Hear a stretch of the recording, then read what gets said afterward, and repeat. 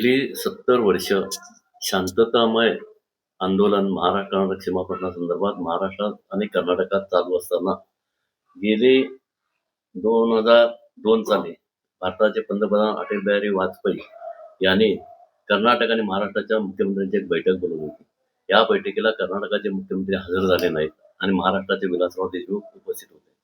त्यानंतर याचा सारासार विचार करून महाराष्ट्र सरकारनं आपण सुप्रीम कोर्टात गेल्याशिवाय पर्याय नाही अशी भूमिका घेऊन 2004 साली महाराष्ट्र सरकार सुप्रीम कोर्टामध्ये गेलं. सुप्रीम कोर्टामध्ये गेल्यानंतर 2004 साली सुप्रीम कोर्टात गेल्यानंतर 2006 साली कर्नाटकानं जाणून बुजून बेळगाववर आपला हक्क सांगण्यासाठी बेळगावमध्ये हिवाळी अधिवेशन घ्यायचं ठरवलं. ते एका खासगी जागेत घेतलं. त्यानंतर त्यांनी 2009 साली स्वतःची इमारत बांधून या ठिकाणी अधिवेशनाला सुरुवात केली. त्या झालेल्या आतापर्यंतच्या 12-13 अधिवेशनामध्ये महाराष्ट्र एकीकरण समितीनं सुरुवातीच्या अधिवेशनाला 2006 साली प्रचंड विरोध केला आणि त्यावेळी आर आबा पाटील आणि महाराष्ट्राचे विरोधी पक्षाचे नेते सर्व उपस्थित होते. हे आंदोलन यशस्वी झाल्यानंतर 2006 नंतर त्यांनी बरेच वेळा आम्हाला परमिशन दिलं 2-4 वेळा आणि त्यानंतर त्यांनी आता अलीकडच्या काळामध्ये परमिशन देणं बंद केलेलं आहे. बंद करून परत आमची चळवळ दाबावी हा त्यांचा हेतू आहे की इथली चळवळ मोडीत काढावी या हेतूने हे चाललेलं आहे.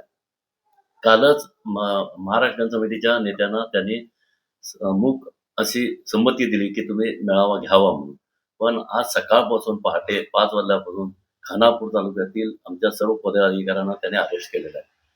परत बेळगावमध्ये काही प्रमुख कार्यकर्ते आणि यांच्या घरावर पोलीस बंदोबस्त ठेवलेला आहे. ते कारण एकच सांगतात की तुम्हाला संरक्षण, आम्हाला कोणाची संरक्षणाची गरज नाही. मुद्दाम हे संरक्षणाच्या नावाखाली आम्हाला त्या मेळाव्याच्या ठिकाणी जाण्यासाठी अडवणूक करून त्या ठिकाणी अटक करण्याचा यांचा प्रयत्न चालू आहे.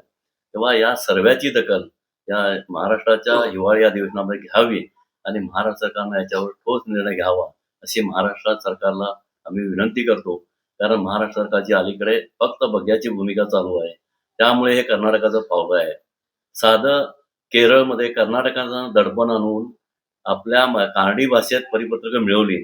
पण महाराष्ट्र एवढा मोठा असून देखील महाराष्ट्रानं आपल्या कर्नाटकावर दबाव आणून आम्हाला इथल्या मराठी भाषिकांना परिपत्रकं देखील मिळवून दिली नाही. तेव्हा हा जो महाराष्ट्राचा नाकर्तेपणा आहे तो या अधिवेशनामध्ये त्यांनी ठाम भूमिका घेऊन महाराष्ट्र एकीकरण समिती किंवा सीमावासियांच्या जनतेच्या पाठीचे ठामपणे आहोत हे दाखवून द्यावं.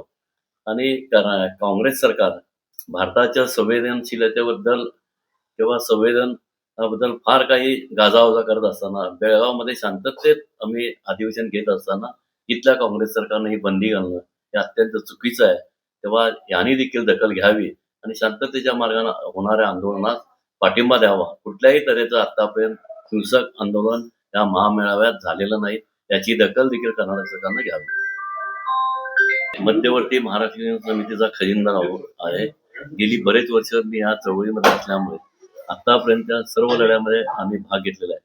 आतापर्यंत समितीच्या कार्यकर्त्यांच्यावर असे दरवेळी गुन्हे दाखल करून 15 ते 20 गुन्हे दाखल झालेले आहेत. पण दरवेळी आम्हाला महिन्यातून 15 दिवस या तारखेला हजर आहोत.